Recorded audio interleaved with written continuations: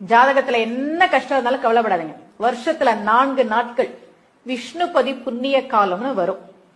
அந்த நாள்ல பெருமாள் கோவிலுக்கு போய் வழிபாடு செய்கிற போது, அந்த விஷ்ணுபதி புண்ணிய காலத்துல விஷ்ணுபதி புண்ணிய நேரத்துல போய் அந்த வழிபாடு செய்கிற போது நிச்சயமாக ஒருத்தருடைய தரித்திரம் நீங்கும், வறுமை நீங்கும், செல்வம் பெருகும். இதை செஞ்சு பாருங்க.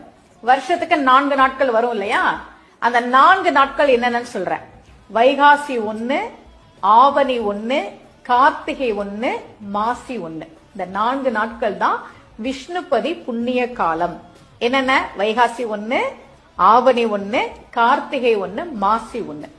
அன்னைக்கு நள்ளிரவு 1:30 மணில இருந்து காலையில 10:30 மணி வரைக்கும் விஷ்ணுபதி புண்ணிய காலம். கோவில்ல எப்ப நடத்திருப்பாங்கன்றதெல்லாம் நீங்க பாத்துக்கோங்க. அந்த நேரத்துக்கு போய், ஏன்னா காலைல 10:30 மணி வரைக்கும் தான் விஷ்ணுபதி புண்ணிய காலம்.